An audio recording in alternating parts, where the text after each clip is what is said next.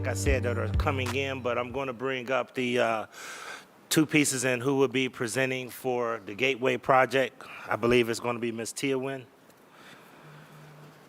And these are two companion pieces. Once again, this is ordinance number 1219-2024 as amended by Mayor Bibb and Councilmember Griffin, an emergency ordinance authorizing the director to enter into one or more agreements with Gateway Economic Corporation of Greater Cleveland for the contribution of city funds for repairs and improvements to Progressive Field and Rocket Mortgage Field House. And the amendment reads as follows. Oh, Madam Clerk, please do the roll call.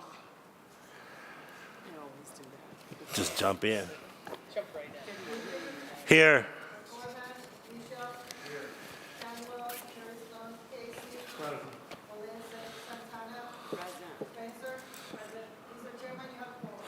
All right, thanks again. I just read the piece, but I do want to read the amendment if we could. And it states that there is no legal objection to this legislation if amended as follows. 1, in section 2 at the end, insert the following. RQS 0117 RLA 2024-116. This is dated 11/7/24 by Kevin Roberts, Assistant Director of Law. I believe I'm going to just go ahead because these are companion pieces, and I believe this next one is going to need to be amended. So I do want to give the Chief of Finance an opportunity to amend this second piece. This is ordinance number 1249-2024 by Councilmember Griffin by departmental request and emergency ordinance to make additional appropriations of $20 million to the general fund. Now, once again, this was originally what we were looking at. However, I believe the finance director and Mr. Gentile will proffer an amendment. And I believe at this time, I'll let them get into their explanation. Okay, if he could. All right, thank you, Mr. Chair. And through the chair to the committee, yes, we would like to amend this from $20 million to $15 million. 15 total, general? 15 total from the general fund. Okay, and then the other part, where would that be coming from? And could you explain the changes and why? Through the chair to the committee, it would be $5 million from 10,400. Okay. On that point, Through the chair, 10,400 are ARPA funds? yes. Yes. And that's why I want the director to explain what he's looking at doing and how this swap works. So, director, can you fully explain how this is supposed to work? Yeah, thank you. Through the chair to the committee, so after more in-depth conversation with Chief Tia Nguyen and going in-depth with projects for which we had already borrowed funds via general obligation bonds, we were able to identify some projects that will not be completed this year, so and will not need the funding for another year. So those projects total $10 million, and the way that it would work through the swap is to move those funds from general obligation bonds that were previously borrowed, since they're not going to be needed this year. They would be moved over to the general fund, combined with $5 million directly from the general fund, which gives you the $15 million total from the general fund. And then with the $5 million from the ARPA funds, the special revenue, that gives you the $20 million funding for the Gateway. So the extra $10 million, or the $10 million is going to come from general obligation borrowing, not directly from the general fund, which was a compromise made with City Council based on recommendations, from the council president. And just to be clear, Director Barrett, just to be clear, these will not kill these projects. This would just delay these projects because as of right now, they're not going to be able to be used in fiscal year 2023. But yes. These projects will still be at play and still be funded next year. Yes, through the chair, this does not eliminate any projects whatsoever. It's simply, we've identified these projects as ones in which we have already borrowed and do not need the money this year. So that's the reason for moving the funds and using them now. We will refund these projects when the funding is needed via, bond issuance. So no funds or no projects whatsoever are being eliminated, and there will be funding when the funding is needed to complete these. So how will we make sure that we know when and where that money will be replenished so that those projects will be guaranteed not to be on the chopping block? Through the chair to the committee, we would make that part of our annual new money borrowing to make sure that those projects are funded. So it would be part of our normal process in which we borrow to fund projects and basically refund ourselves. Thank you. Attorney, did you get that proffered amendment? Could you repeat the amendment so that everybody's clear on the amendment? Yeah, through the chair to the committee, the amendment would be to change the $20 million coming from the general fund to $15 million for reasons explained previously. So is everybody clear on the amendment and why? Mr. President. Mr. President. Councilman Bishop? Yeah, Mr. President, I am not clear on that. You haven't given us any specifics. I mean, you just told us projects will be delayed. Which projects are going to be delayed? Mr. President, we cannot, it is tough to make a decision if we get half the information from the finance department. You guys had 1 week to come up with the projects that you wanted to delay. And we here to this morning and you give us half-baked information. Mr. President, I think we need to understand what is being cut, what the administration is being proposed, Mr. President. Thank you. Chief Teowen, would you answer that question? And if you could kind of give a sense for how long, if the finance director can follow up. Yeah, so I think it's important to acknowledge that the projects are not being delayed anymore. They will still continue to be on schedule. After a review of the list of the multiple capital projects that we have, we've determined that there's projects that do not need the money at this time, so they will not be delayed because of this. They will continue to be on the scheduled path as they have been projected. Do you have a list of those projects? Through the chair to the committee, yes, I have those. Can you provide a list of those projects so that this body can see that list? Through the chair, yes, I will pass these out. All right. Once again, I have a motion on the floor proffered by the administration. This is a motion, and I know that we're going to have discussion on this if we want to dig deeper into the conversation. But the question that I have is there a motion to approve this amendment? We can always have discussion, and we do not have to approve it if we don't like the amendment. Is there a motion on the floor to approve this amendment and a second so that we can have a discussion on it? All right, Councilman McCormick has put a motion on the floor. Do we have a second? Councilman Bishop has a second. We will now move into discussion. And in discussion, I believe I have Councilwoman Spencer and Councilman Bishop on the floor. Thank you, Mr. And Chair. Casey. Okay. Thank you, Mr. Chair. Last week, I believe there was also an amendment to this ordinance that called for $15 million from the general fund and then $5 million from my shorthand is the ARPA subfund, right? The 10-400, whatever the exact number is. So to clarify through the chair, is what we're looking at today that the total city commitment will be 15 million or the total city commitment will be 20 million? This amendment only references 15 million. If the total city commitment is 20, is the 5 going to be another piece of legislation, or what are we talking about? Director, can you clarify? Yeah, through the chair to the committee, I apologize for my procedural mistake here. We're referencing, first of all, for the amendment, we need to reference ordinance number 1249-2024 and the supplemental and the gateway legislation. It'll be 15 million from the general fund and 5 million from the ARPA funds from the 10-400. So it's a total of $20 million for the payment to fund the payment of gateway, but it's only 15 million coming from the general fund.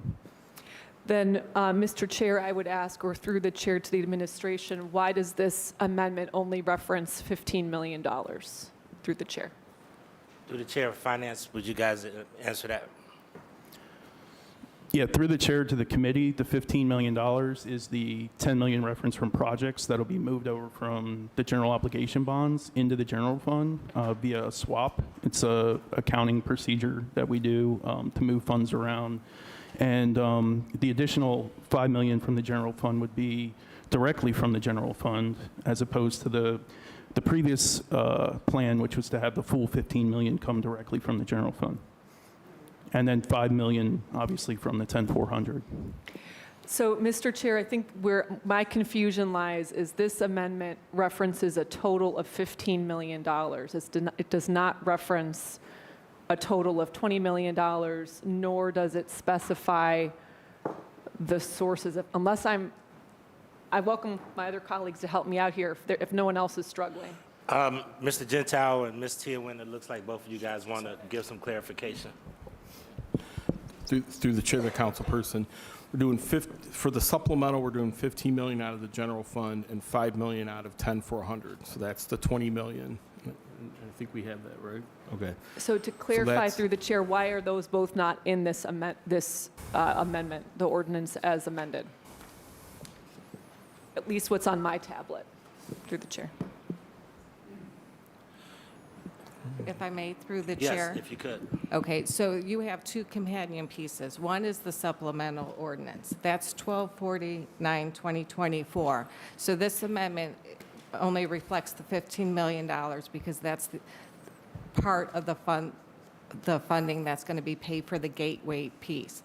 The gateway piece legislation is 1219-2024. You should also have an amendment there that specifies that the cost of the agreement shall be paid as follows: $5 million from Subfund 10, Subfund 400, and $15 million from Fund Number 0100-998. Now, that's the general fund. So the $15 million that you see the amendment, that's for the ordinance for the supplemental legislation. The other amendment shows the cost for the gateway agreement being $15 million and $5 million. I will study this further for a moment, Mr. Chair, and come back on if I need to. Thank you. Thank you, Councilman Bishop. Discussion? Mr. Chairman, there's no further questions. Okay, thank you. Councilman Brian Casey? Thank you, Mr. Chairman. Mr. Chairman, what was just handed to us is a total of 10 million in projects. So of this 10 million, right, we're saying we're taking 5 million from this pot here. All right, so again, this is where it's getting confusing because you just handed us a piece of paper with 10 million on it, but you're saying we're only using 5 million. Yeah, through the chair to the councilman, we are using the full 10 million on this project list. So this $10 million is previously we submitted, the legislation was submitted taking $10 million directly from the general fund.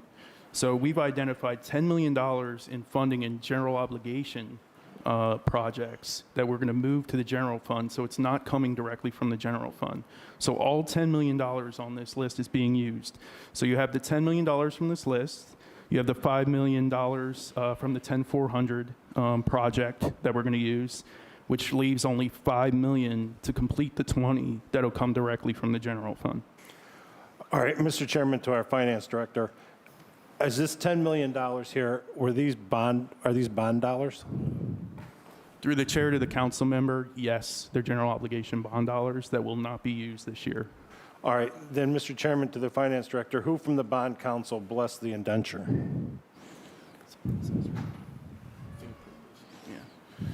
Through the chair to the council member, it's for the same purpose. So this is normal procedure. When we're moving funds from general obligation, we refer to it as a swap in terms of moving money amongst projects. Mr. Chairman, the finance director, I've been here a while, and I've never heard of this. Right, so are all of these $10 million, is it for anything that could be related to what the Cavaliers and the Guardians need through Gateway? Is it does it fall under the same auspice of what we went out to bond for these projects? Through the chair, the council person, let me try to explain this in a different way. Right now, we have $10 million that are of capital projects budgeted in the general fund from previous supplementals and so forth. What we've identified is projects funded with general obligation bonds, which is the list that you have, that's the 10 million. What we're going to do is we're going to put the 10 million in general obligation bonds into those general fund projects. And then we're going to use that 10 million along with the 5 and the other 5 to pay the 20.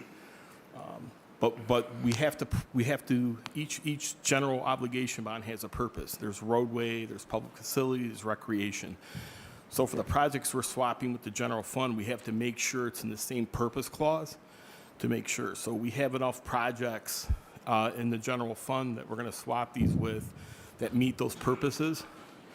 But we will not be sending any GEO money to the Cavaliers or Guardians because we're not allowed to. We have to send the general fund, but we're going to spend the GEO bonds on these projects to, A, help out, get our bond spend flowing so we can spend bond funds quicker.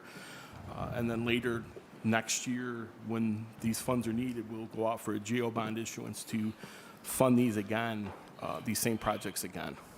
Mr. Chairman and Mr. Gentile, exactly, right? So you're spending GEO bonds on this.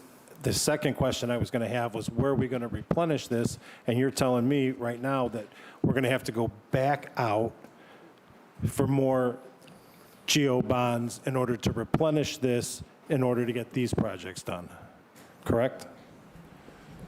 Through the chair to the council member, that is correct. Yeah, okay. Thank you, Mr. Chairman. Did you just say that we did not need blessing from the bond council for this indenture? Did you say we do not need that? Through the chair to the council member, as long as Mr. Gentile said, it's the same purpose, we do not need blessing from bond council. All right, thank you, Mr. Chairman. Thank you. Councilwoman Spencer is follow-up. Thank you, Mr. Chair. My question through the chair is for the 5 million from Fund Number 10, Subfund 400, which are the ARPA funds. What projects are not getting done? What ARPA project are we not able to fulfill? Why 5 million from ARPA? Yeah, Through the chair.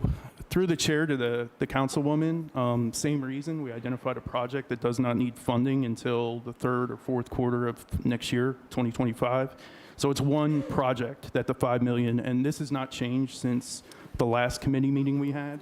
So that would be the Business Credit Enhancement Fund project. More questions? Councilman Anthony Hairston. Thank you, Mr. Chair. Through the chair to the new finance director. My apologies, I forget your name. Why do you believe that the minority business credit is not requiring funding until, what did you say, third quarter, through the chair? Yeah, through the chair to the councilman. Again, I want to make it clear that we're not eliminating or affecting the progress for any project. These funds have just been identified as funds that aren't needed until next year. So we are using the funds now, and then they will be replenished and the project will be completed. Thank you. My issue with that is that the minority business credit is something that this council passed, what, two years ago? So I disagree that money actually was needed 2 years ago. But unfortunately, we have not done anything with it, not we, but nothing has happened through the process inside of City Hall that has allowed those monies to be spent and put in the place that we all supported the dollars to go to. That is to help minority businesses to potentially participate on projects such as the Guardian Stadium, projects such as the Rocket Mortgage Stadium, right? So there was a true purpose for those dollars to help minority businesses scale up to participate on these projects that are happening around the city of Cleveland. So I'm a bit concerned with that we are taking money from that project. Any further delay of that initiative is just, it's not okay. And I just want some assurances that we have a path forward to fund that minority business credit piece moving into next year, that we don't come back to this table and we're hemming and hawing about how we're going to get this done. Yeah, through the chair to the council member, absolutely. Those funds will be replenished in time for spend next year. And I would also add, more than happy, to have discussions with the council and the council members about, use of those funds and that sort of thing. Unfortunately, I haven't been here the last, 2 years, but moving forward, I am, willing and hoping to meet with everyone and work with the council on that. Thank you, Mr. Chair. All right, thank you. So I don't see any more, you had another question, Council Lady? We're still on the amendment now. Yes. So right now, we're still on discussion. Yeah, I mean, I think last week we spent a little less time on this ordinance, more on the other. This is asking quite a bit of this council to be able to say that we're going to be able to provide the oversight and monitor to make sure that that fund will be replenished and to make sure that the other projects will be made whole. I mean, this is just, these are, I think the overall theme is, this is not an easy thing for the city of Cleveland to do, and I don't have a high comfort level with it. I have a acceptable comfort level with it, but I mean, I don't know if anyone else shares my view, but I'm not happy. So just wanted to add that. Council Lady, I think all of us are struggling with all of this. However, once again, as we went through this, and we'll hear more in a moment, there are a lot of legal obligations that past councils and administrations have bound us to. And one of the things that we put forth is we wanted to see if there was ways that we could not or would not harm the general fund. So what I challenged the administration to do is to see where they could find other dollars. And this was the path over the weekend that they recommended. So I know that this is a tough one for everybody, especially because a lot of these projects, especially minority business and other things. However, I do want to caution everybody that we do know that City Hall shuts down pretty much our payment process and our implementation phase beginning in December, and pretty much doesn't open up until we pass a final budget for next year in like March or April. So one of the things that I am going to look at with the administration is guaranteeing that by April, when it's time to get this money up and running for the minority business and these other projects, that we understand the source and where they're at.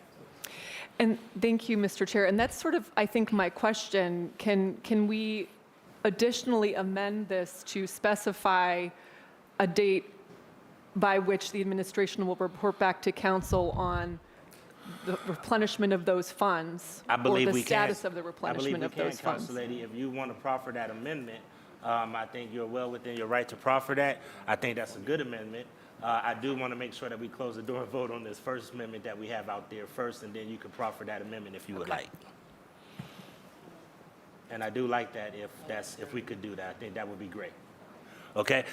Therefore, seeing no other discussion, 1219-2024 as amended. Mr. President, can you just, before I vote on this, or if I'm going to vote on this, just reiterate it?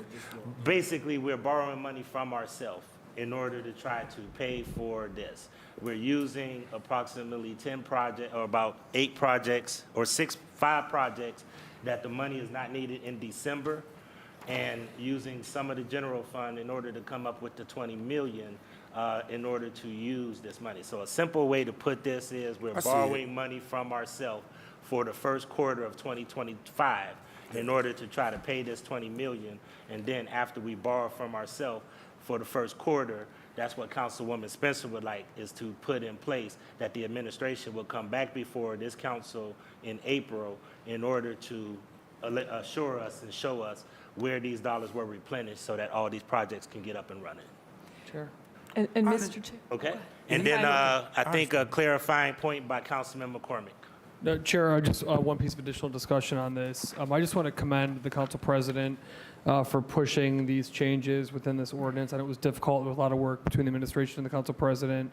And I want the folks on this committee to know that he really went to bat to do everything he could to protect the general fund. I was a part of some of those conversations. So I just, you very rarely get an appreciation. So I just want to give you a shout out for the hard work over the past week or so. Thank you, Councilman. I listen So- to Councilman Polensek when he says you don't want to touch the general fund as less as possible. No, So you don't want that's to. what we're trying to do in this process. Councilman Conwell, and then we'll move to a vote. I understand it, and I'm here on this, and I know the importance of this.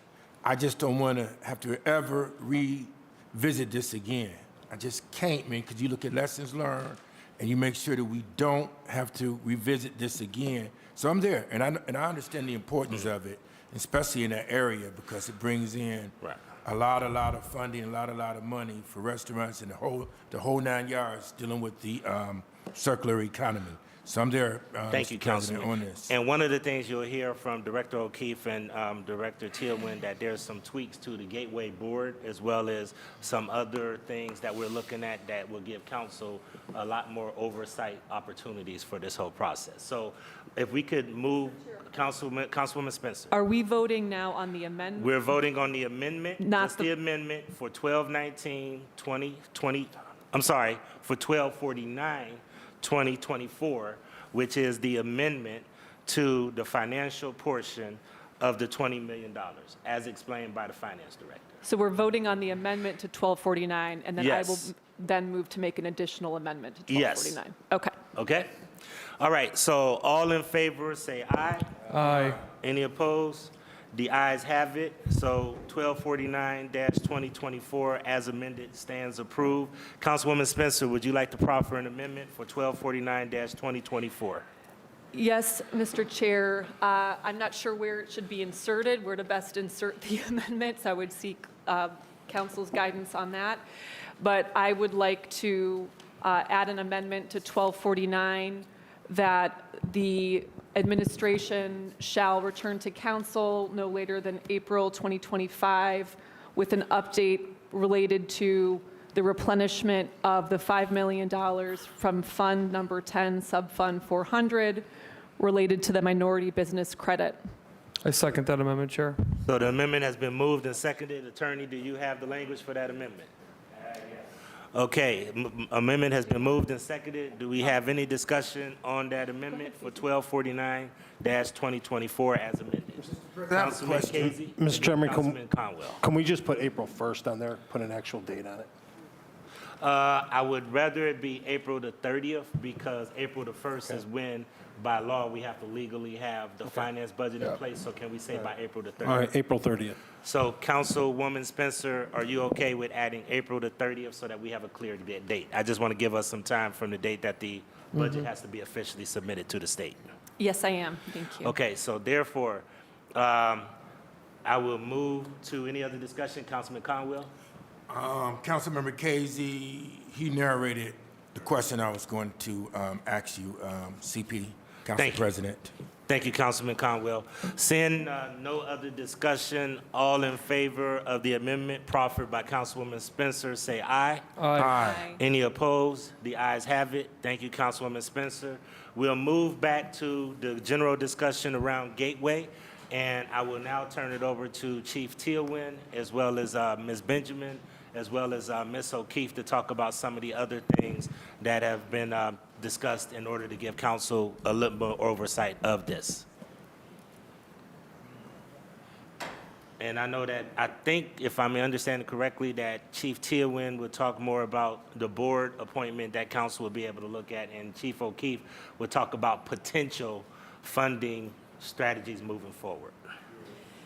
Council President, Emily Collins for the administration. I am able to talk through the development of potential supplemental revenue sources to address Gateway shortfall in the future around a new community authority. The reference that you're making to an additional board appointment is something that I think Chief Tillman may be able to speak to. Is that correct? Okay. Okay, great. Would you like one before the other? Yes, Okay, which one? money is always good to talk about. You want to talk about revenue? All right. Show me the money. Okay, thank you, Council President.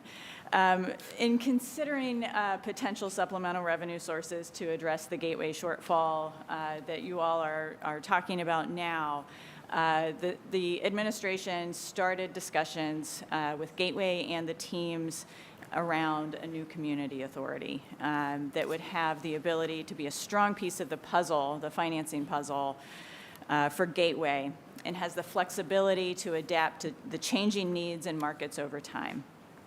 It's a piece of the revenue puzzle that can't fill the entire gap on its own, but is within the exclusive control of the city to create and set into motion to help stabilize Gateway. I'm going to talk about the purpose of a Gateway NCA, the potential creation of it, and the functions.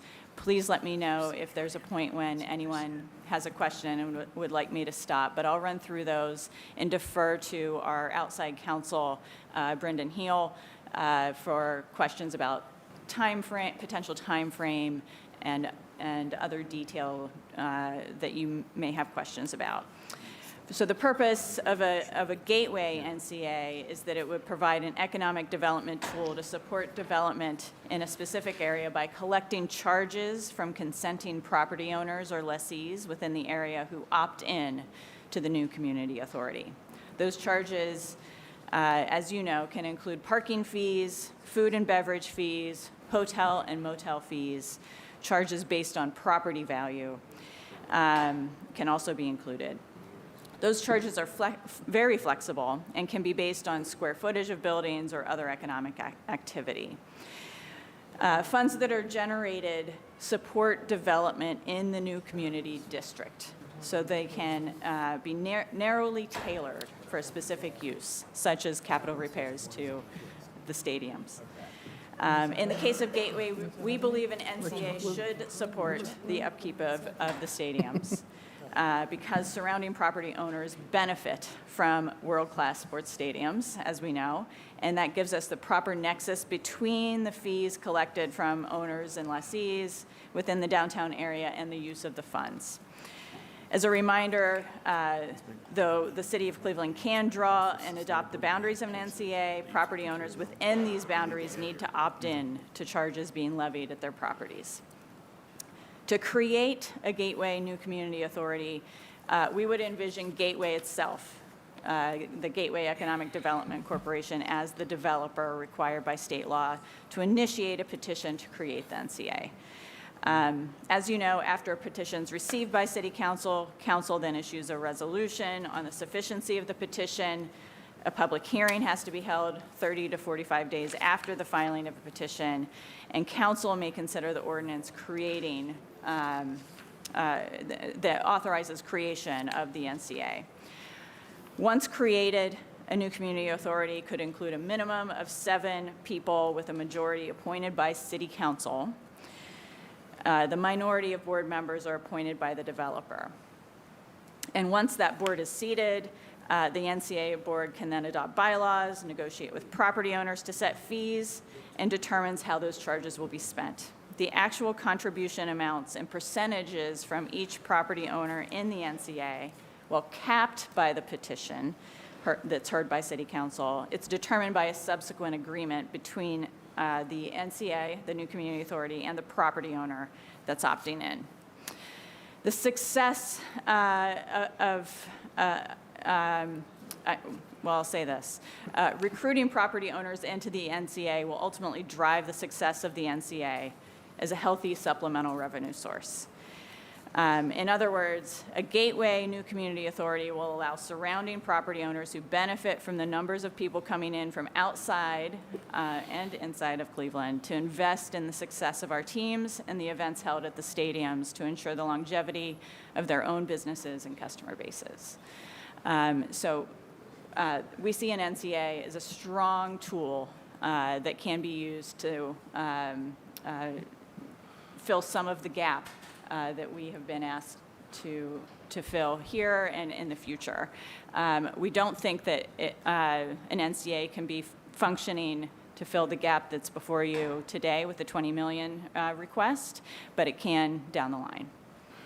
And if I could, I want to illuminate 2 key critical things. It may have the ability to eliminate some but we do need to look at projections and see how much of the total gap it can potentially do. I spent a lot of time over this weekend talking with past chairs, past mayors, and a lot of them have given me the history of this significantly. And one of the things that I will tell you is that a lot of past mayors and past chairs have said that, you know, the city has backfilled dollars, you know, to support these kind of ventures.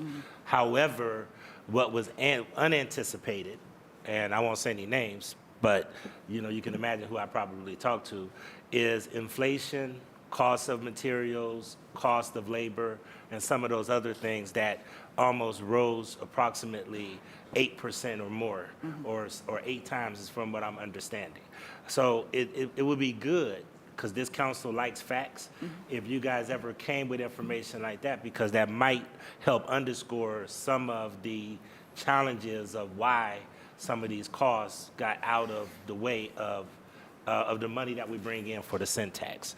The other thing that I do want to articulate, if we could, Ms. Collins, because I've had to spend way more time on this than I'm used to, is that we do have to look at the state and potentially try to find more sin tax dollars. So we have been in conversation with the county executive, myself, has spent a significant amount of time together over the weekend talking about these items. And at some point in time, we do have to approach the state, and we do have to go back to voters to try to increase the sin tax if we're going to be able to find other streams of money. So those are not ready for prime time today, but I do want to make sure that my colleagues understand that I have been working feverishly with the teams as well as others to try to figure out other funding streams that we can do this in the future. Absolutely. Thank you, Council President. That's absolutely correct. We're not trying to exclude other revenue sources. Instead, we think that, a new community authority can just be a good piece of the puzzle. All right, thank you. I have Councilman Kevin Conwell and, Councilwoman Santana, and then Councilman Kevin Conwell. Of course, beauty And then parade. Councilman Mike Palencia. Thank you. Good morning. Thank you, Mr. Chair. Good morning to everyone. Just a quick question. First of all, thank you, Ms. Collins, for going through the whole NCA and Gateway description. Just for clarity, what are the benefits for businesses opting in Gateway? I don't know if you mentioned that. I'm sorry if I missed it. No, through the chair to the councilwoman, the benefits to surrounding businesses, including the stadiums themselves, is literally the benefit of having the stadiums and the economic activity that they generate nearby. You can imagine, the classic example we always give is the Thirsty Parrot. They're benefiting without a doubt from the activity that's happening right next door. So the benefit of opting in is that they get to continue to benefit from that and in a stronger way over time. And Brendan, do you want to supplement that? I know. It's horrible. They could, yeah. I think this works now. Okay. Through the chair, the other thing to keep in mind is that in order to actually receive any direct benefit of public infrastructure spending from the NCA, you have to opt into the NCA. Where the money gets directed is to the new community district, and if you're not a part of that district, you're not able to take advantage of that economic engine. Plus the spillover benefit from that Emily explained, basically, of the stadiums being there. For example, I literally went to the Cavs game last night, and before the Cavs game, where did I stop? I stopped at East 4th, grabbed some food, beer, a little charge on that food and beer to support the stadium and all the infrastructure around it directly benefits, but for that, I wasn't going to East 4th last night. Like, there was no reason for me to go downtown last night, especially in the cold. Downtown's lovely, sorry, Councilman McCormick. But that was the reason I was going downtown last night. And so that's a great example of this. But there is an actual legal nexus that you have to show. In order to take advantage of where the new community authority charges get spent, you really must be a part of the new community authority. So there is a direct tangible benefit and also a little bit of an incentive to join for businesses nearby. Got it. And through the chair, thank you, Brendan. Do we have the percentage of businesses that are already opt-in? through the chair to the councilwoman, we do not at this stage. I think we actually have to create it Oh, okay. before we can get to that point. Got it. Okay. Could you clarify through the chair, maybe to the attorney, what are our legal obligations and potential consequences associated with this piece if we don't pass this today? Through the chair to Councilwoman. As mentioned last week when we got together, there's a host of various legal options that the teams would have, but there's certainly, if Gateway is unable to fulfill its contractual obligation under the leases to pay for the capital repairs that are needed at the facilities and that have been approved for recommendation to the city and the county. They would have various options, including the first one would probably be the right to set off rent payments that would otherwise be due to Gateway. Those rent payments are used to pay for Gateway's day-to-day operations, their staffing, their insurance, their maintenance, things along those lines. They would also have the opportunity to do set off as it relates to some of the funding that for the taxable bonds that were issued for purposes of the arena transformation and the ballpark improvement projects. And then beyond that, the teams would have various litigation options. Got it. Thank you for repeating that. So I'm just going to close with this. This has been, as you heard from my colleagues, a very tough piece. For 7 years I've been here, I have to say this is probably my toughest vote. Why? Through the chair, and I want to let you know, Chief, I went to 2nd District just last week, and I took a tour. That is the worst facility that our police officers are in. There's rats, there's mold, and we can't even find $5 million, $10 million to rebuild 2nd District. 1st District is probably just as bad. Every day we get calls about people, and you know this, Emily, with no housing. We don't have enough housing. Workforce. I mean, I could go on and on with the issues that we hear every day. And so for us to come up with $20 million for this is a tough pill to follow. So the only reason I share that with you is because I don't want you to take our support for granted. And I hope that moving forward, we do have a sustainable plan, but then also that the Indians, the Cavs, everyone really thinks about our community and how they could invest and our people moving forward. And I know they've done, and I would say I want to give a shout out to Kevin Clayton. He's just been on it every time that my residents need something. They're there to support, but that is just a small contribution to what the sports team could actually do for our city. So I will support this, but not happy about it. But thank you. Thank you. I have Conwell Polensik Spencer. You know, I do want to echo what Council Lady said.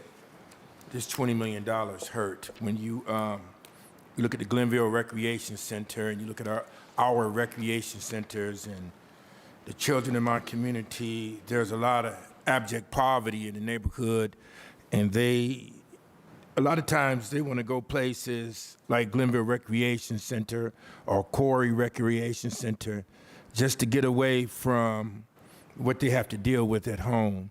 Sometimes their homes are too hot in the summertime, too cold in the winter. They got to deal with a lot of abject poverty in their house, but then we turn around and we give $20 million to the Gateway. I mean, just go for a walk sometime and see what we're talking about in our shoes. We know and we understand that in this area, it's like a stimulus package, and it's bringing us money. We understand that even back to the general fund. We understand that people that work for the restaurants and hotels that the Guardians bring in, they're able to take care of their families because of this stimulus package. So I have that, and I understand that it is bringing money, and people are able to have paychecks and take care of their families. We get that too.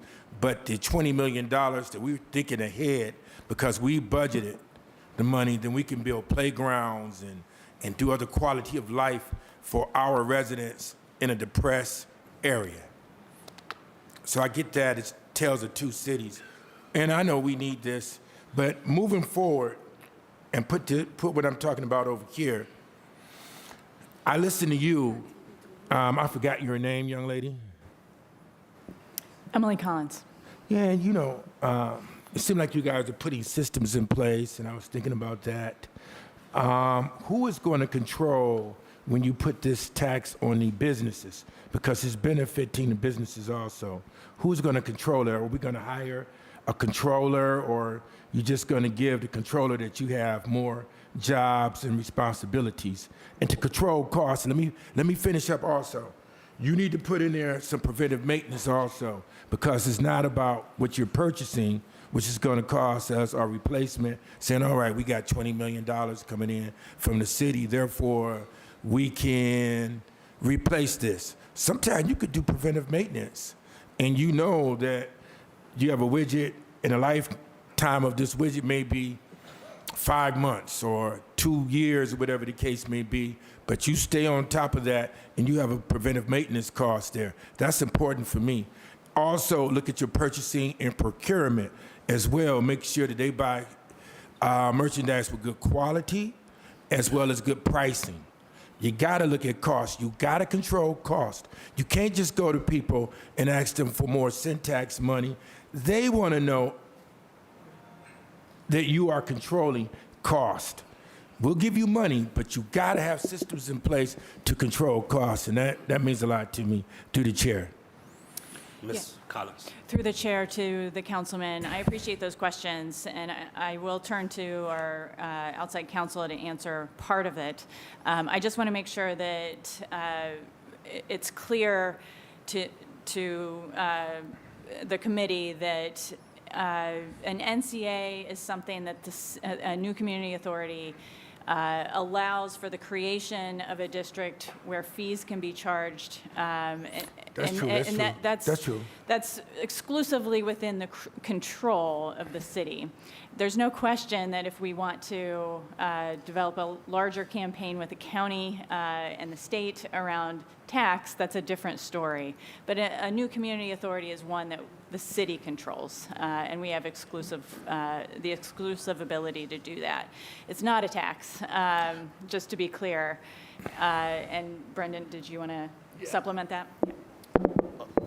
Just on some of the logistics through the chair to the councilman. You mentioned having a controller or asking about the process of how a new community authority actually monitors, collects, and actually uses those fees. I think. Yes.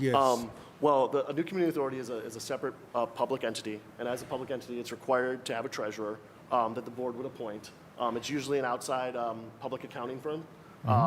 So a professional, you hire a professional to make sure that not only the NCA's books, but any revenue it collects are accounted for. Right. And then you enter into usually, they're usually termed collection agent agreements. So you enter into actual agreements where either an existing collection structure is used to collect the fees and remit them to the NCA for the NCA to use for appropriate purposes, or you actually hire a third party to do the collection. So there's a process, and it's all overseen by the NCA board, which is a public body subject to audit and is appointed by city council. So there's layers of transparency and control baked into the process of a new community authority. Did that answer your question on On controls. Yes. On controls. Have you added how much the charges will be to the, let's say not tax? You said it's not a tax, but in my mind it is. But you're looking at fees. Have you put systems in place? Have you added up how much you would charge, let's say, to any of the entities through the chair? Through the chair to the councilman, we do have an idea of the caps that could be included in a petition. Gateway itself, as a developer, needs to pass that petition through their board and then introduce it to city council. So we do have modeling around what those numbers I got you. are. I like that. But we don't, the businesses have to agree to what the charge is. Okay. And then you didn't mention in your system, when I asked you about preventive maintenance, I asked you about purchasing and procurement, because it's not just the fees, it's how much you save also. And and council, you have to manage that. It's just like you have a household. You bringing in money, you bringing in your paycheck. You also have to manage what's going out, and you have to control cost. If you don't control cost, then we'll have more issues. Through the chair to anyone that can answer that. You good with it? Through Please, the Ms. chair to the Benjamin. councilman, Gateway has a rigorous process of reviewing the requests for capital repairs that come in from the teams for the various facilities. The board is asked on first reading to consider capital repairs, and then the staff, through our executive director, Todd Greathouse, and his staff, goes out and reviews those requests, does some good. cost comparisons. I mean, Todd can get into it in more detail if you'd like. But as you know, these facilities are 30 years old. And there's a number of things that are end of life or life safety issues that we've been doing our best to keep them going for 30 years, and we're going to do our best to keep them going for another 30. But we do have a rigorous process of reviewing them and checking costs. We have outside consultants that assist us with this. So we're doing everything we can to assure that when we're asked for a capital repair, that we're getting the appropriate and best price, and that it's really necessary for the ongoing use of the facilities. You know, quality is important also. Sometimes quality is important more so than pricing. Because in quality, your widget will last, let's say, 5, maybe 10 years.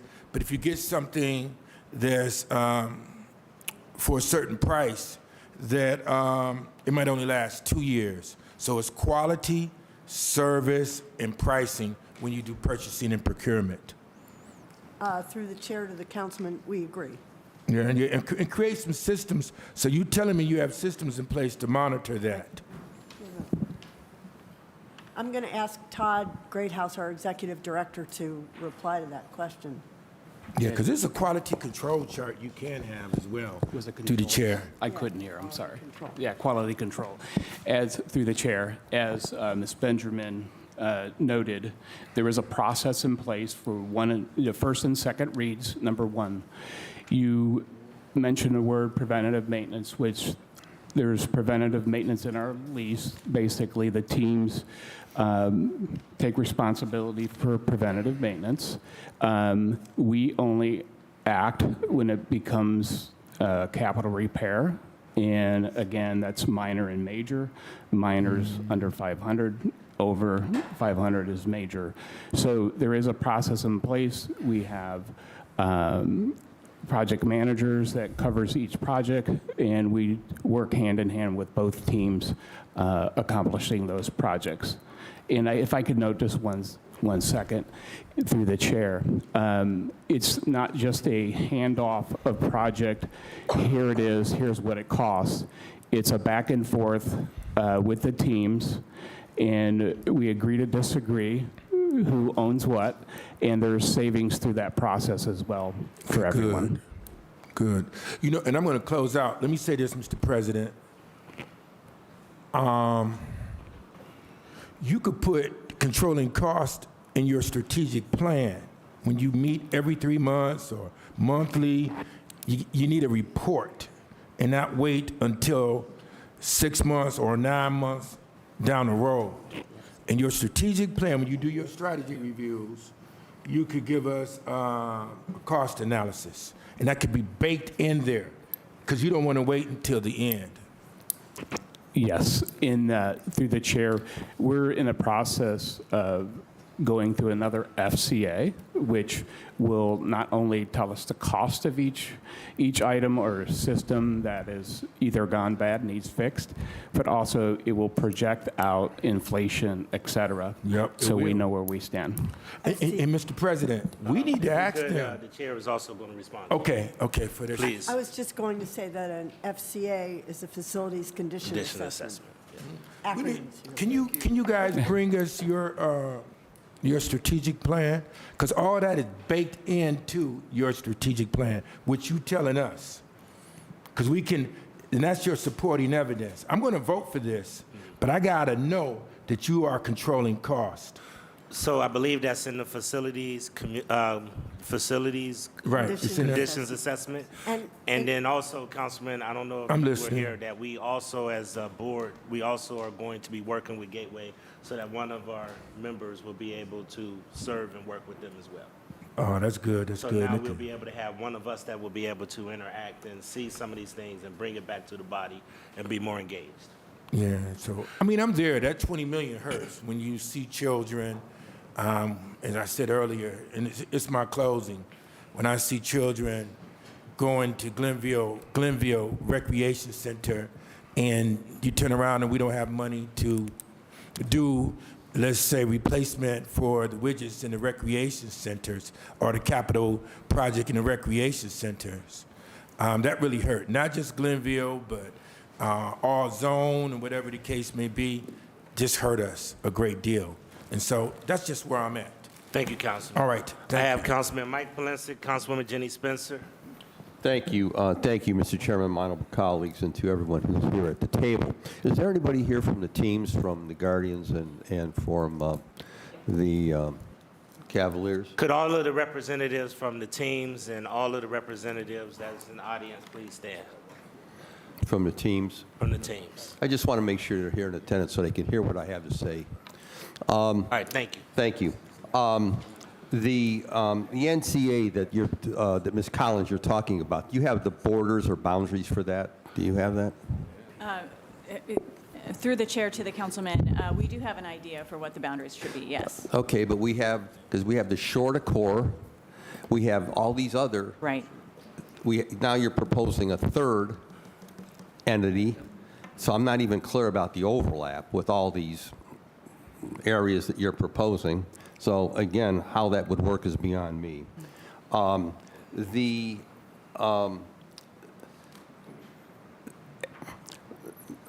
my colleagues, there's a lesson to be learned here. The decisions we make today have far-reaching implications on future councils. I said that 30 years ago, sitting at this table. The actions that we are taking today are going to impact the city for years and years to come. I'm very much aware, I was looking through some of my old documents, things that I said then, and what was promised to us at the table, like 28,000 jobs. We were promised 28,000 jobs with the creation of Gateway. I got all the literature. You promised us 28,000 new jobs downtown around the facility. Never happened. If you had 2,800, we'd be lucky if we got 2,800. But 28,000 jobs. You talked about neighborhood linkages, MBE, FBE, city residents, all this stuff. The majority of it was never achieved by Gateway nor the teams. So here we are today. We're being asked, and I want to thank the council president as well for his discussions over the weekend, attempting to make some head or tails out of this situation. But at the end of the day, here's the bottom line. The teams have got to pay more. To the teams, do you hear me? You got to pay more. It's not working. This model is not working. And when we talk about the NCA and we talk about property owners, the teams are not property owners. Who pays the property tax on the facilities?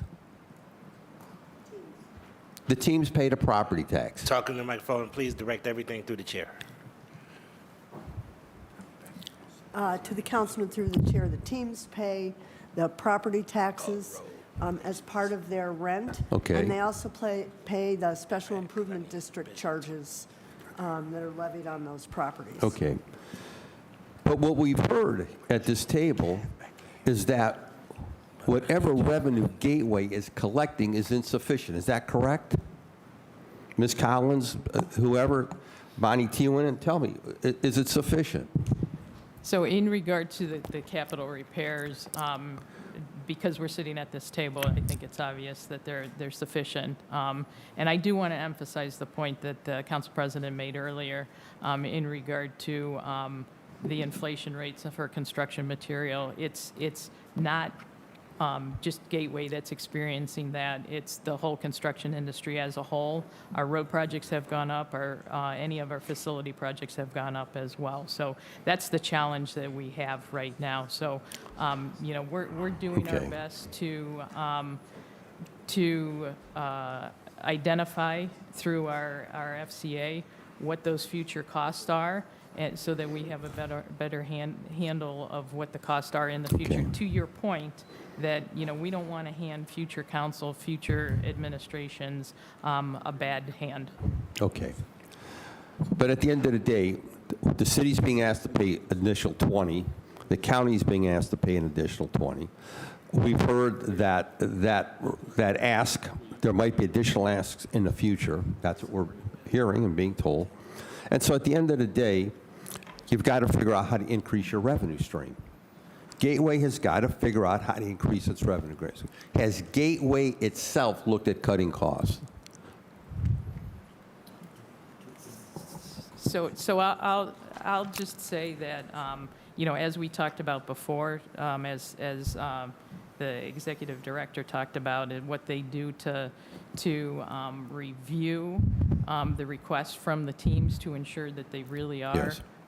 capital requests. And I can say that in the short time that I've been on the board, I was somewhat skeptical in regard to, the cost that were being requested. But after sitting down with the team and understanding what their review process is, and the reactions from some of the teams as far as, how they cut some of their costs and negotiate some of the requests that they have, I think they do a pretty good job. But I'm talking about, so you're saying that you believe Gateway is not overinflated. The Gateway Corporation, I'm talking about the Gateway Corporation. Have the Gateway Corporation looked at cutting costs?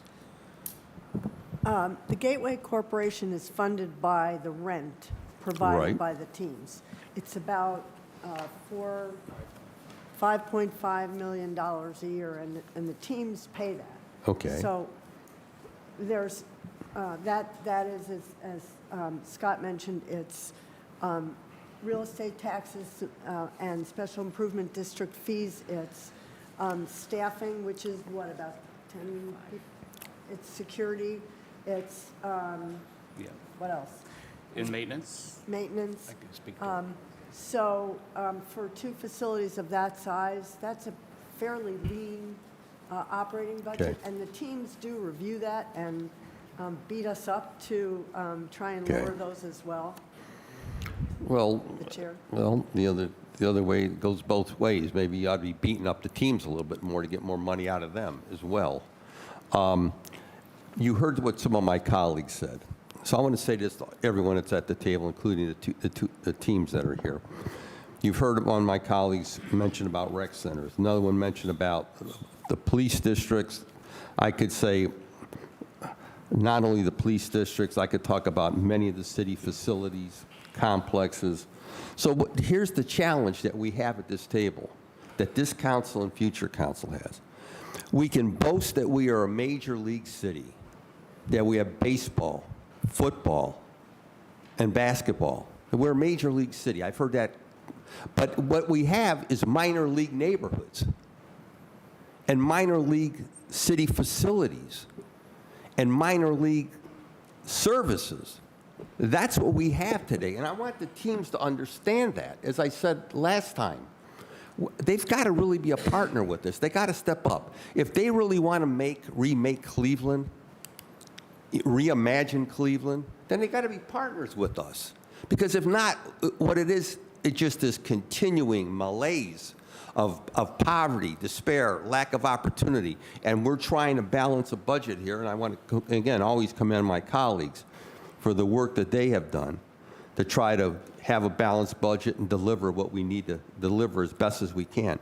But we could do a much better job if we had more partners, if more corporate partners would understand the dilemma that we're faced with. I mean, when I leave here every day and I go home or I answer my phone and look at emails, I look at the demands that are placed upon me, all my colleagues, the requests that are made. about trying to get this fixed and that fixed, and I'm trying to get the bollards fixed at the Collinwood Rec Center. I'm trying to get this done. I'm trying to get this painted. I'm trying to get this repaired.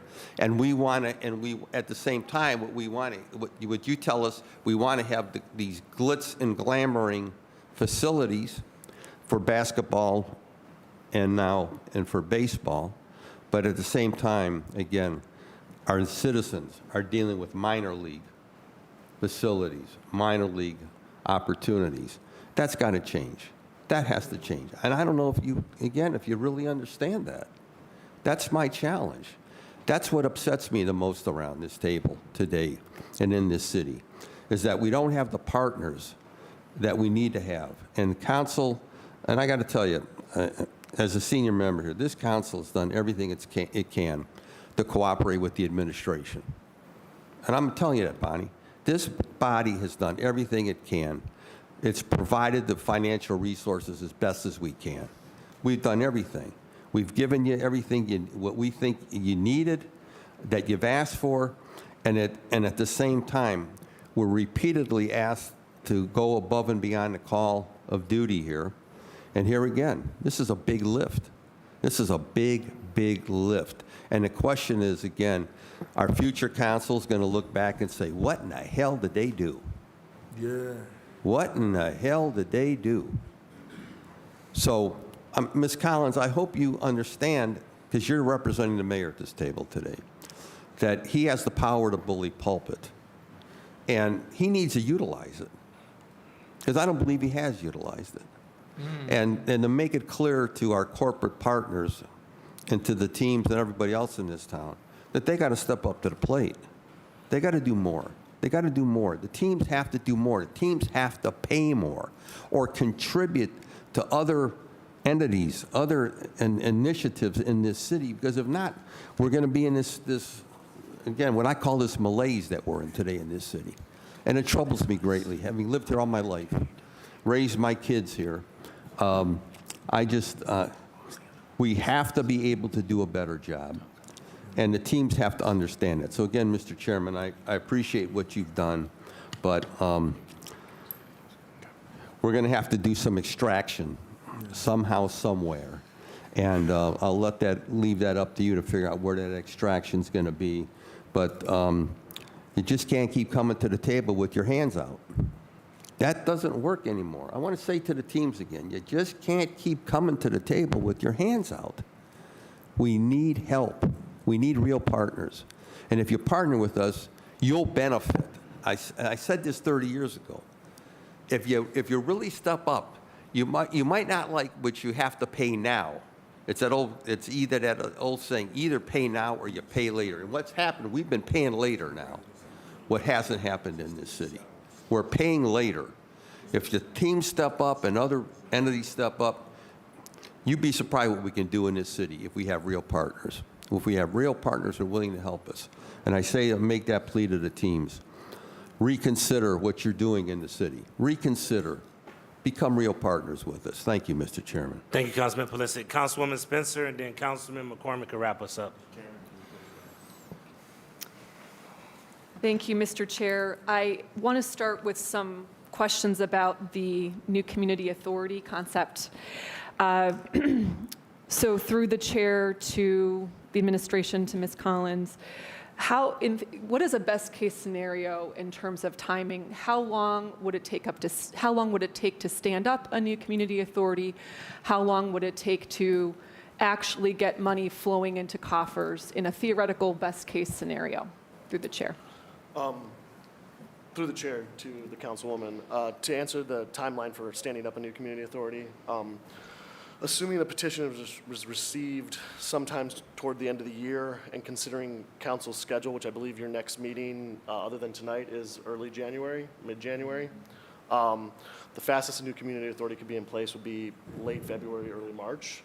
You have to bake in, state law requires that there be a 30 to 45-day window between the filing of the petition and the holding of the public hearing, both of which are requirements. You have to hold the public hearing. Once the public hearing's held, council then has to approve an ordinance actually creating the NCA. That can happen anytime after the public hearing. So that is something of a up to council how fast you want to move after the public hearing's held. But assuming the petition is filed by the end of the year and the resolution approving it and setting the public hearing is passed at your next meeting, that's 30 days out from that would be mid-February for the public hearing. And then anytime after the public hearing, council can pass the ordinance creating the NCA, so end of February, early March. And then, thank you, and then in theory, knowing that we're on a clock here and I don't have a lot of time for my questions, what is a best case scenario in terms of when could money actually come in? Would it, flow into coffers to start addressing some of these costs? That's a little bit more gray because it requires actually setting up the NCA creating the charge regime, so actually setting the charges, and then agreeing to the actual charges. Again, the petition is designed to set the maximum charge, but it will be an agreement with the actual users, so the teams, other consenting property owners, where the charge will actually be for an NCA. That will take some time because that's going to require some negotiated agreements and actually collecting those.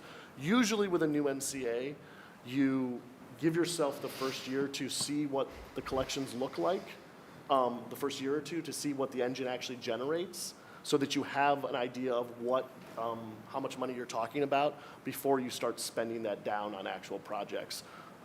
Just because if you otherwise, or if you wanted to bond it out or do anything like that, you need to show some proof of concept and how much money we're actually talking about that's coming in the doors.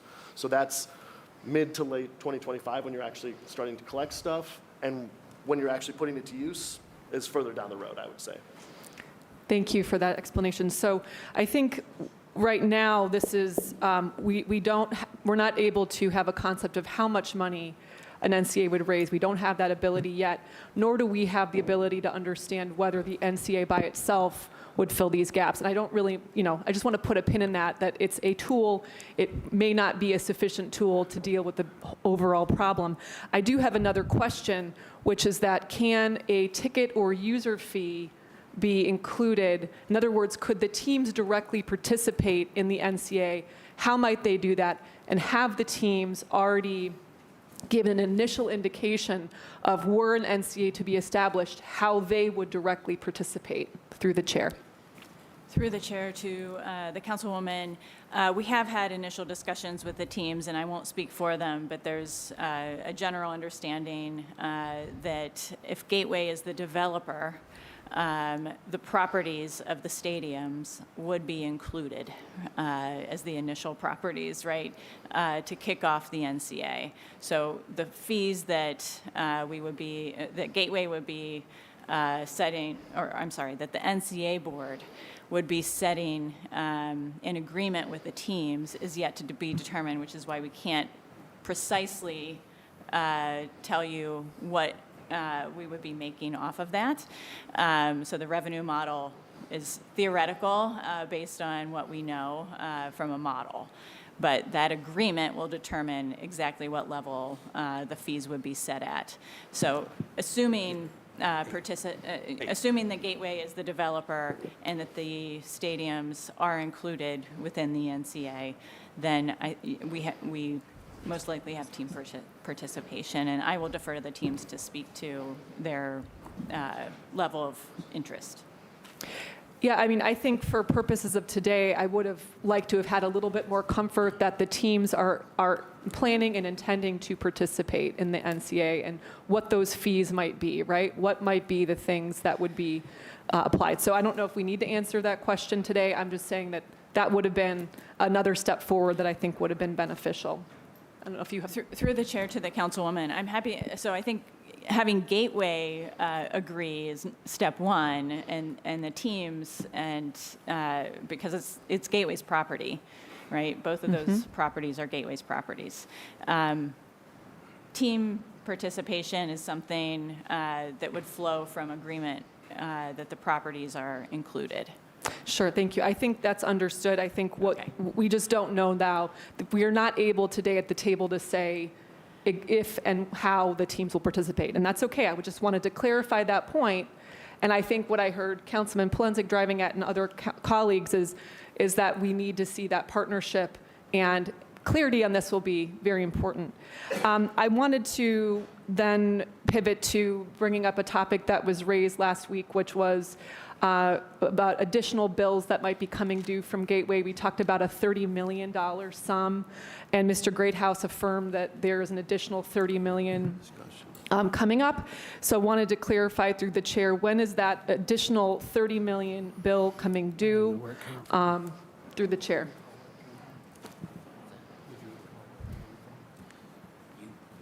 Okay. Yes. When you, excuse me, through the chair, when you raise if there was additional dollars, roughly 30 million, I answered yes, there could be in in the future because of aging facilities.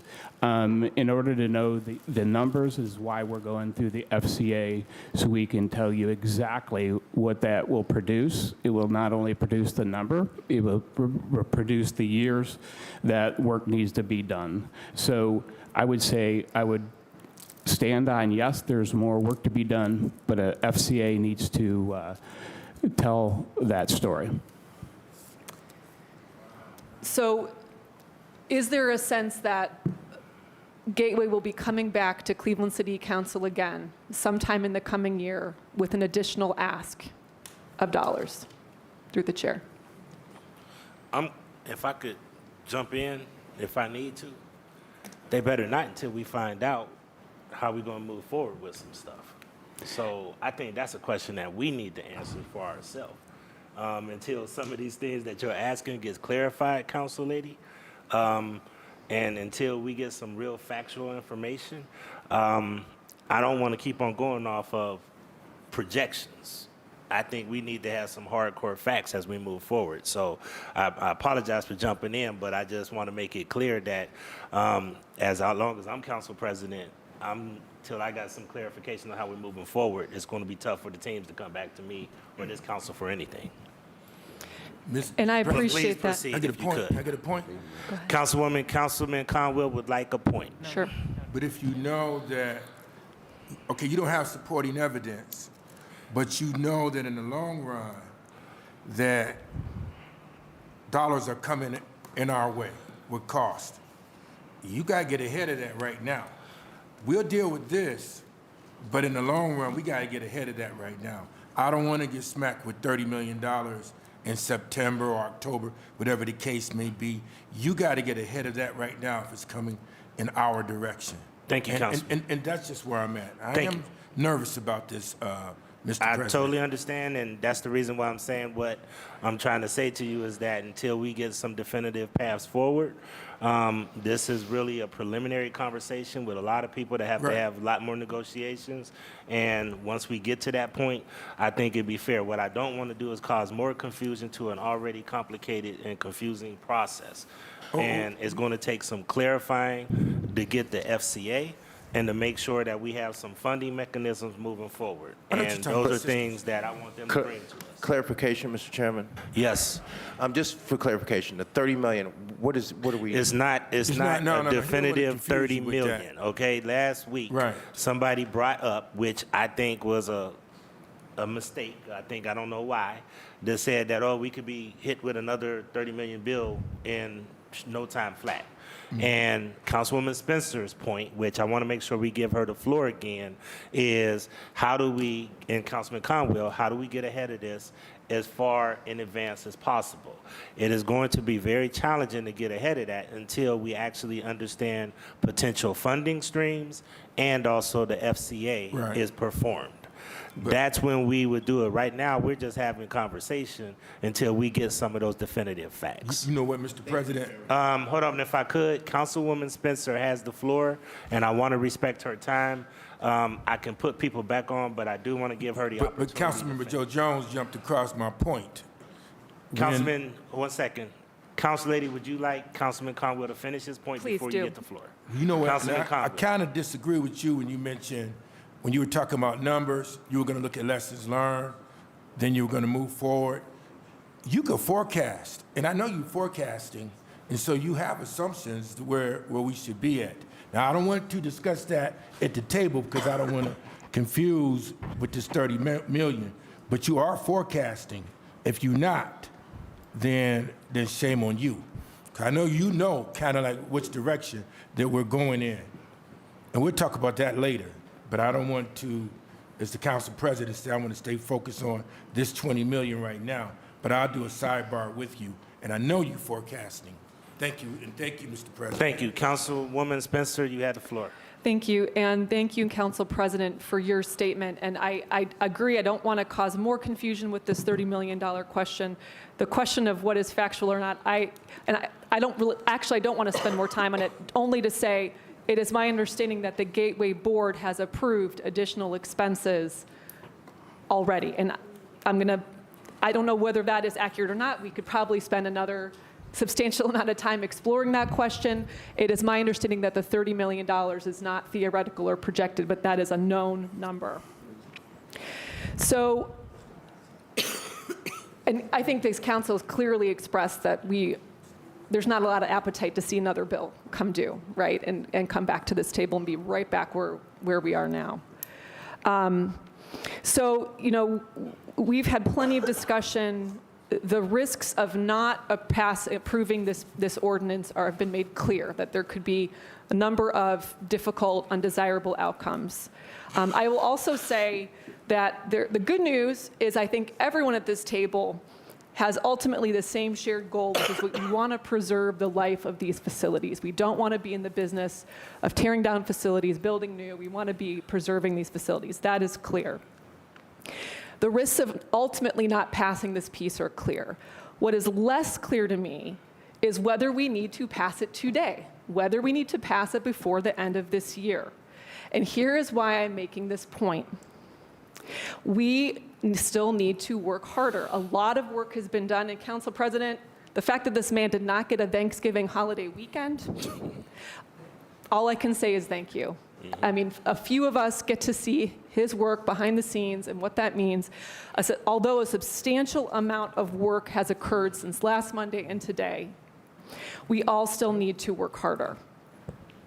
And I want to make a point about Gateway and my understanding of Gateway, and that this is not just a matter of the escalating construction costs, all the inflation-related matters that we are all familiar with. You know, we have, as Councilman Plunzik has referenced, this body, prior bodies, we have all approved things that have put us in this position. It is my understanding, and I hope I'm not inaccurate with this statement, that when we improved the ball field, when we approved the ball field improvements, and I can't remember if that was 2021 or 2022, we added minor capital repairs. So previously, we were all on the hook. Gateway was on the hook for major capital repairs above $500,000. But when we did that ball field piece a few years ago, we added minor capital repairs below $500,000. We've kept adding to putting ourselves on the hook. And so we aren't there. This can has kind of been kicked, right? We've kind of not dealt with the fact that the syntax revenues were falling short, although I see Will Tarter in the audience, and I want to shout him out as just being an outstanding model citizen who has been paying attention to this matter for, I believe, a decade now, been attending Gateway Board meetings, been trying to do what he can to sound the alarm that the can was being kicked and eventually there would be a day of reckoning. That is today. We are there, okay? And we have begun to do some really important work, but we have not yet done the work, okay? So there is an additional concept of a plan, the NCA, and perhaps some other irons in the fire to raise additional funds. There's an initial conversation with the teams about how they can meaningfully participate, but that's not known. So I just think that, I just don't think that I want to be the one here today that keeps kicking the can on this important conversation. And as I stated last week, I personally believe that leaving this unresolved, as uncomfortable as this is, for a short period of time, not indefinitely, but it would mean that all parties will continue to be equally motivated to fix the core issue. which is lack of sustainable funding sources. So to keep us all in sync, mutually accountable, engaged with a shared sense of urgency, I don't plan to vote in favor of this today. And it's really not a question of my ultimate vote in favor, because I do believe we do need to pay this. It is a question of, we started the work, but I'm not letting us off the hook. I don't want to kick the can today. Thank you, Mr. Chair. Thank you. Ms. Benjamin, you want to respond? Thank you. Through the chair to the councilwoman, just want to point out that some of the capital repairs at the ballpark in particular are done during the off-season. So to not have the funds to do them delays them perhaps for another year because of the timing of that. It's not as crucial with respect to the arena, but it is with respect to the stadium.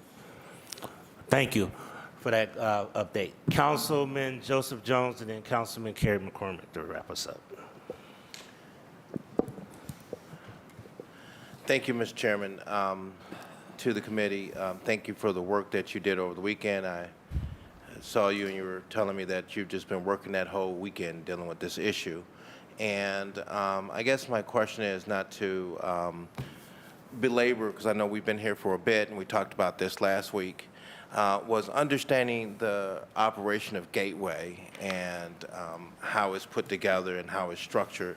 Last week we were told that that Gateway brought in at least $14 million on an annual basis. Is that correct?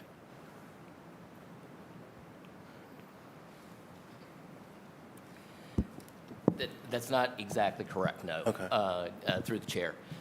The sin tax brings in approximately $14 million a year. Those sin tax revenues then are distributed equally among the 3 Major League sports facilities in the city. So between the Browns Stadium, the baseball park, and the arena.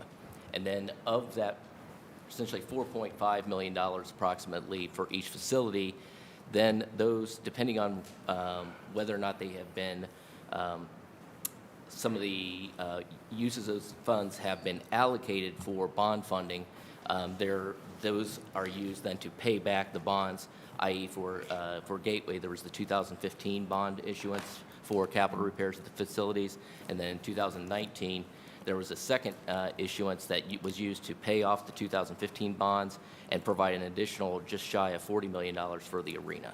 And so those bonds are outstanding. Those bonds are, and the approximately $9 million a year that comes in for Gateway from the sin tax is first used to pay back the bonds, and then anything that is left over after payment of the bonds is used for capital repairs at the facilities. I see. And then those capital repairs that are used for the various facilities, is there like a listing that the teams have? Do they spend $4 million each year on their facilities? Well, the spend is actually done by Gateway through the sin tax funding for capital repairs. The teams spend, in addition to what Gateway spends for the capital repairs, the teams do spend money for, they are responsible under the leases for the maintenance of the facilities. That includes both routine maintenance, preventative maintenance to make sure that the equipment stays in good working condition, and lasts what's it's supposed to be its estimated useful life. They also, the teams periodically decide that they want to do an improvement themselves. They will self-fund that. They generally run it through Gateway, but it is self-funded.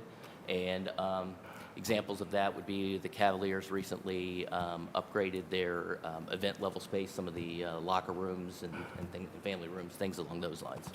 How much would you say that these teams spend on an annual basis? And if you could pull the microphone, I know you're right next to me, but I don't know if the audience can hear you.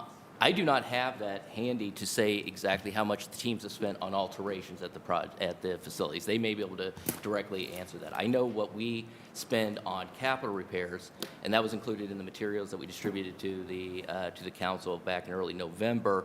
And to date, what we have is approximately $70 million for the arena since the passage of the excise tax in 2000, or the extension of the excise tax in 2014. Okay.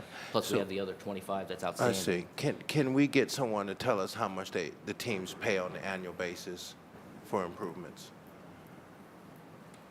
And I requested the information on the bonds, but it'd be nice to have a snapshot to kind of get an idea, especially when we start talking about we might have to come back to the table. So we got a couple of people from the teams joining us at the table to talk about what the team spent. And please announce yourself. Neil Weiss with the Cleveland Guardians. Beater with the Cavaliers. To the chair, to Councilman Jones, can you rephrase that question? Are you asking about what we have spent ourselves? in The line alterations? of questions was coming in because I wanted to kind of get an understanding of Gateway's authority, how much money they have coming through it. I know that the council talked about restructuring Gateway in the caucus and seeing what we can do to have a much better accountability systems. And at that time, I requested a breakdown of expenditures from Gateway. And I was under the impression that there was a series of bonds, but I'm corrected now that there's two series of bonds, or one is being rolled over into the next one. And my question is, how much on an annual basis are our teams paying into fixing up their facilities? And do you have like a listing, or if you look at, say, this year you spent $3 or $4 million, and the next year, and then so on, et cetera, and within 5 years you spent, say, for an example, $10 million. Can you share with us what your expenses are? So we can get you the details through the chair to the councilman if you want, but just as a general rule, every year the teams pay for the operating costs for Gateway. That's millions of dollars. So We also you pay for the operating We pay costs for too? the operating costs for Gateway. Yep. Thank you. We pay for property taxes as well. And when I say we, it's the Cavs and the Guardians are both doing this, so we're both paying into that. We pay for routine maintenance as well. So that's on average, $4 to $6 million a year, just for those costs, right? That doesn't include alterations that we spend on our own to alter the ballpark as part of our lease. So we spend quite a bit of money on those as well. In 2015, we spent $40 million on improvements to Progressive Field. And this year, with the renovations to the ballpark and over these two phases, in addition to the ballpark improvement fund that's been referenced here and that was part of our lease, we'll spend another $40 million on top of that because we committed to spend every dollar over the ballpark improvement fund ourselves. We took all of that risk in exchange for capital repairs, all capital repairs being covered by Gateway. I don't know if that fully answers your question or not. Yes, it does. Chair, very similarly, we cover the operating expense for Gateway, cover our property tax, et cetera. Since the transformation... Excuse me, Mr. Chairman, to distinguished gentleman, I'm sorry, what's your name? Anthony Bonavita. Anthony Bonavita. Okay. With the, with obviously the past post-pandemic, we spent almost $60 million, upgrading different facilities, different venues different spaces throughout the venue. We just talked recently that we upgraded all of our event level, locker rooms, which are very important to us from, being able to attract events like the Women's Final Four and other events to the city. It's important that we continue to invest. And we'll continue to. We have another plans for this upcoming year to spend a significant amount of money to continue to upgrade the facility. The transformation was fantastic, but it didn't cover everything, so we're going to continue to do that. In addition to that, we continuously operate and maintain the facilities, and as we've stated, that's our obligation. That's something we continue to do and have done, for the past 30 years. So on the annual, you're spending the same as the baseball team, $4 to $6 million in operating costs, property taxes, and routine maintenance, and then you had to come back and spend another $60 million. But that's not what you're spending on an annual basis, is it? So we have our operating expenses, which you just referred to, Mm-hmm. and the past 3 years, we've spent roughly about $15 million a year in upgrades, so capital improvements to the venue. Okay. No further questions, Mr. Chairman. Thank you, Councilman. So we have everybody here that is supposed to, okay. Thank you, Councilman. All right, thank you, Mr. Chairman. Councilman McCormick? Thank you, Mr. Chairman. My wish is for wireless microphones at this table. Yeah, there it is. Okay. All right. Thank you, Mr. Chairman, and appreciate. I'll be brief. A lot of really excellent questions and discussions here at the table, Mr. President. So I will not be redundant. Again, I want to reiterate my thanks to you. Councilman Santana and I are going to steal your phone and put you on a cruise with your wife and prohibit you from working for a few days. We might have to do that. So appreciate you. And I know that you were in contact with me quite a bit, so that tells me you were in contact with quite a few other people. So I appreciate that. A couple of things I just want to outline here, Mr. President, and again, under the same feeling of not loving where this came from, I want to reiterate my comments earlier about the way I look at the work that we do as a council in the city of Cleveland. We are obligated to think regionally. We're obligated to think about the well-being of our community, but as city leaders, we of course prioritize the city of Cleveland and its well-being and its investment over everything. And we've seen over the past 30 years, whether it be Fortune 500 companies or other sports teams, the fact that they don't share that priority in the city of Cleveland, centering our city that we do here at this side of the table. And as I noted the last time, Mr. President, that is not the case with the Cavaliers and the Guardians. They've doubled down in the city of Cleveland. They've invested in the city of Cleveland, not only ball games, but corporate offices, events, concerts, all that bring people into our city and support the economic vitality of our city. Mr. Chairman, as we've talked about at this table, I live in Ohio City. My neighborhood does not pay the bills in the city of Cleveland. I hate to break it.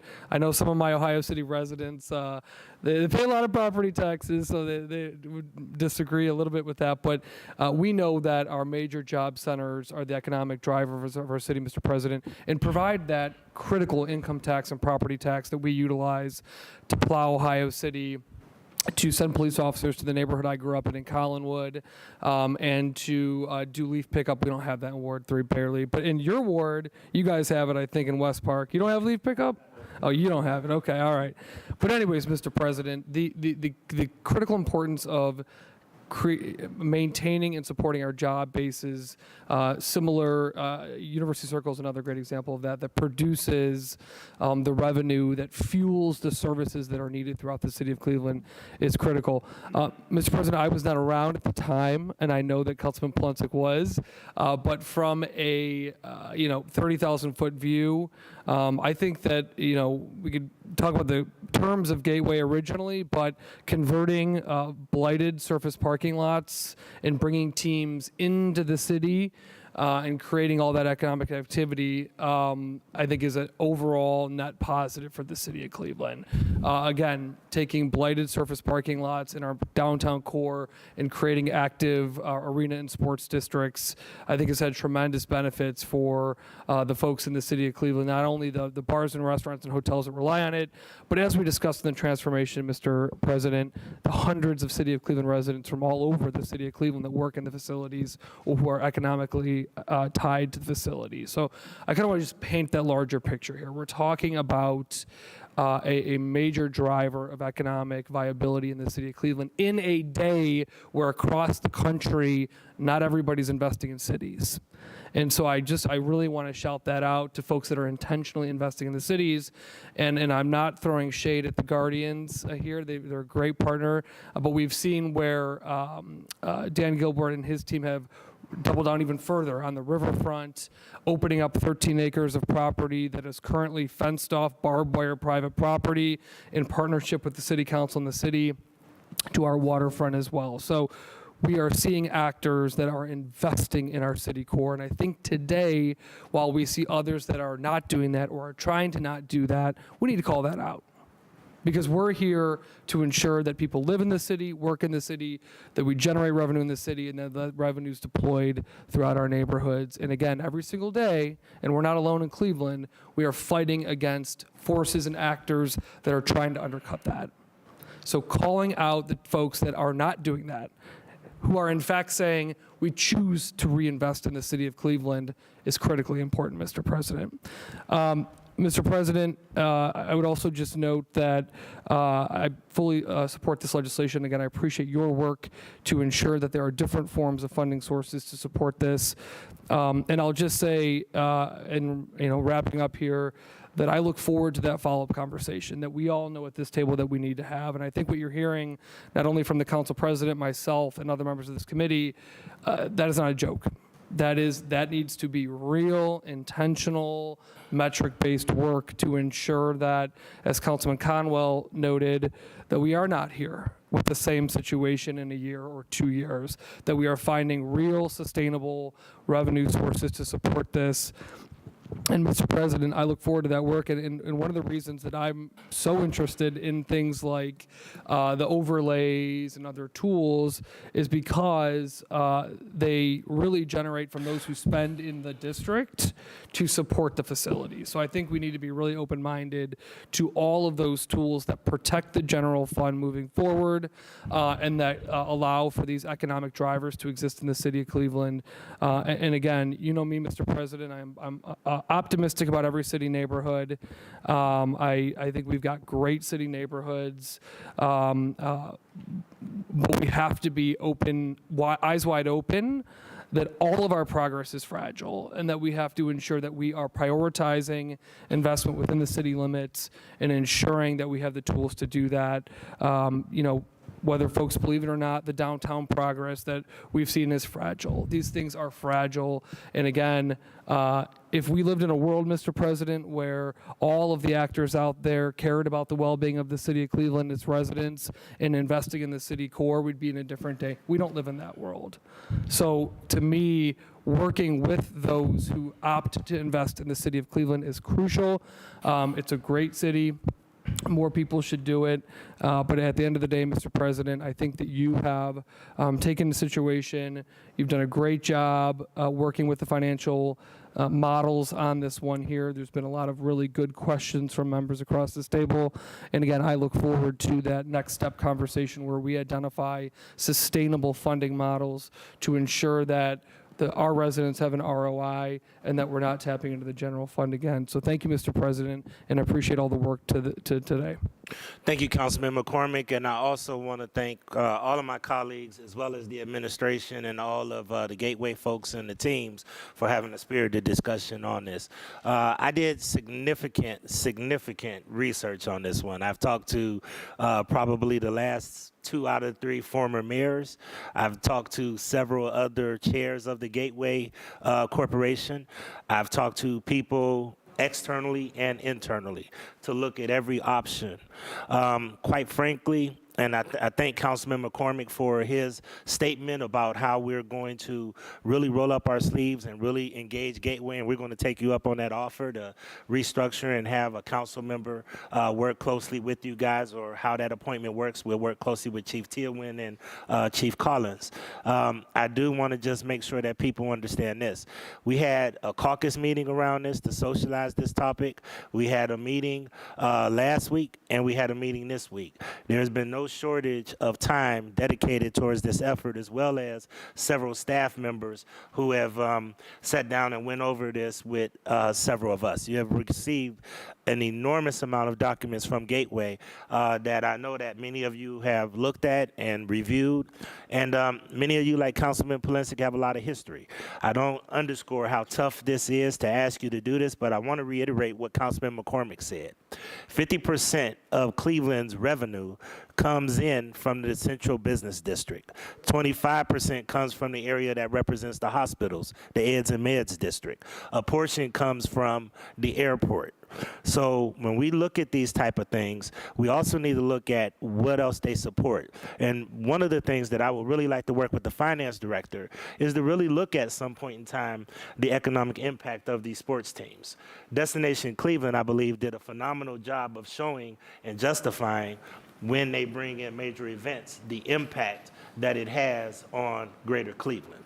And I think that that's something that we have to articulate better to the community so that they can understand when we do these things that it actually is a return on their investment and not something where we're just handing out money to millionaires, which a lot of people believe that that's happening. This is an investment where we're trying to leverage a corporate and private entity to make more investments throughout our city.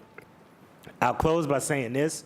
There are covenants and contracts in place that, as Councilman Polensek said, former council people have made, and we're obligated by those covenants and commitments that were voted on by councils and administrations. Years ago, several years ago, 50 or more years ago, many people in this city made a bet that sports will bring in revenue to this city.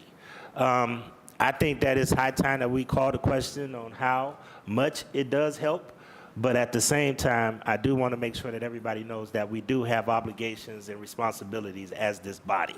Moving forward, I do commit to bringing Gateway as well as others back in front of this council so that we can do a deeper dive on modeling of funds and also how the decision-making process is made through the FCA. But I believe it is the responsible thing, as hard and tough as it is for us to pass this. I believe it is only responsible for this council to do this so that we can avoid even more money that we'll probably wind up having to pony up for expensive litigation and eventually some potential reversionary things that might happen that we would end up with a stadium and trying to figure out an end user. So I want us to be clear about what is being asked of us today. I know it's tough, but we signed up for a tough business, ladies and gentlemen. So I hope we had this conversation. You know, people can feel free to make statements on the floor, but I will allow Councilman Spencer to make a statement, and then we're going to move to a vote because it's time to vote. Councilman Spencer, briefly. And Thank you for allowing me a moment. Yes, Council President, do you have a sense of when you would like to bring Gateway back for the deeper dive discussion as well as discussion of future revenue streams? Do you have a ballpark? Sorry, that was a ballpark pun. Do you have a guesstimate as to when you'd like to do that? I will be honest with you, Council Lady. The first 3 months of the year is always going to be dedicated to general. It will probably be around March or April once we're done with our budgetary process. Okay. You know, and that's the goal. Just as a But I don't want to be stuck on a goal or a date to say we're going to do it then, because then if it doesn't happen that date, everybody will be like, well, you said. But I do have a goal to hear it at the end of the third or the beginning of the fourth quarter of next year. Okay, and I'll just say that, you know, count on me to be an engaged member in that conversation. I've, over the past few weeks, had to educate myself a lot about these questions, so count on me to support that. And while I have the mic, I promise my very last comment, I simply want to take a moment to recognize that Kevin Clayton is in the audience from the Cavs. He has been an outstanding partner to my community in Ward 15, and I look forward to working with Kevin and many others going forward as we continue to make this work. So thank you.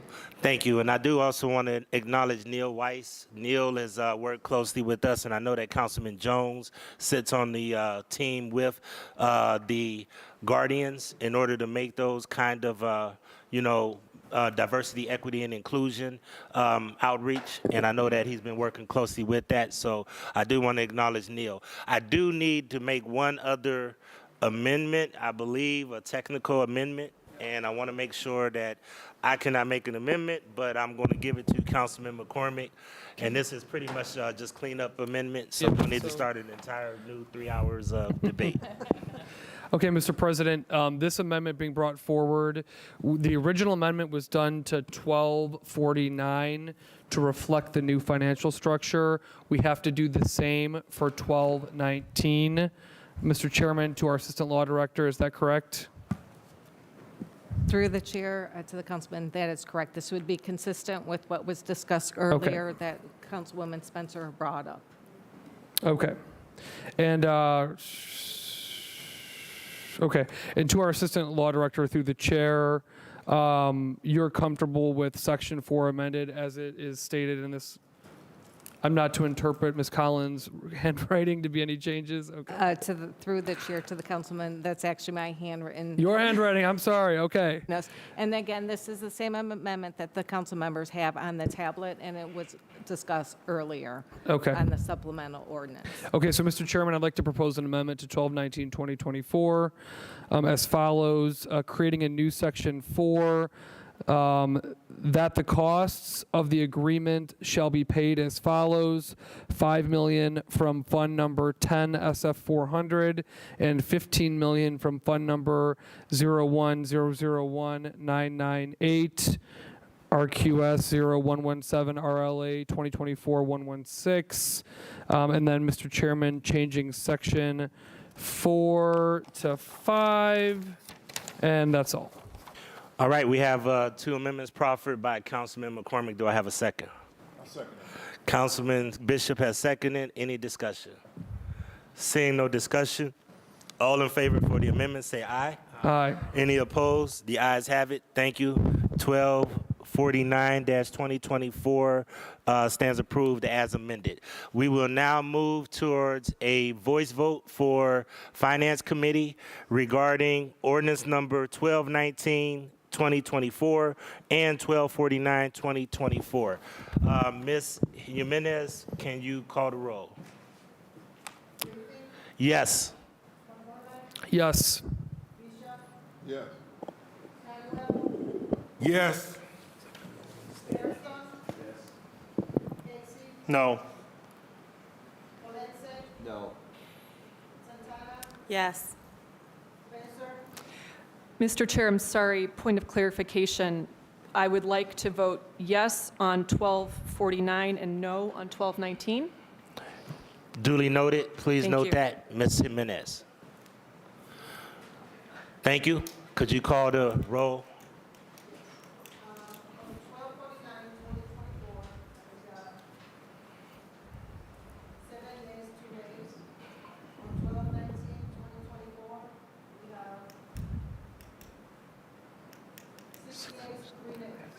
Thank you.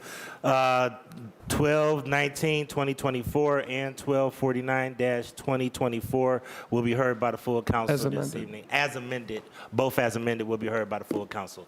Thanks everybody for a robust conversation, and Ms. Tillman, please be on standby in case anybody has any follow-up conversations. Thank you so much, everybody. Please sign on. I believe we are ready for Committee of the Whole. And I'm going to ask if Ms. Jimenez will let me know what guests we have to start out with. This is the list of guests. Okay? And then I told. That's what happens. Team player. Okay. They're both in economic development. This is the list of guests and the department where you can find the legislation. Okay.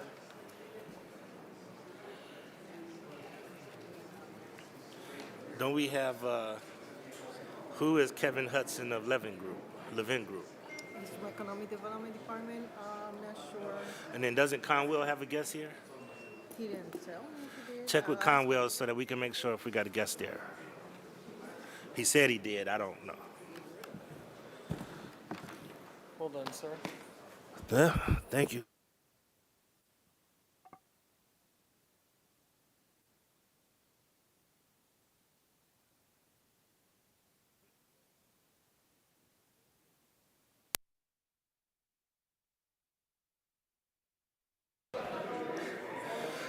I got to gavel in. I got to gavel out.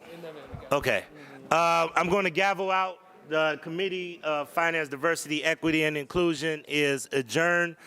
We will now move towards the Committee of the Whole. Today is Monday, December the 2nd, 2024. This Committee of the Whole is called to order.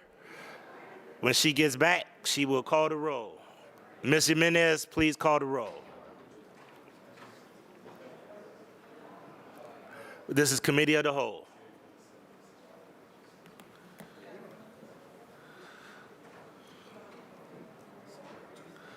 What do we have? 9. 1, 2, 3, So who's in the hallway? 3 more. All right, just hold tight for a second for committee of the whole. We'll get it done.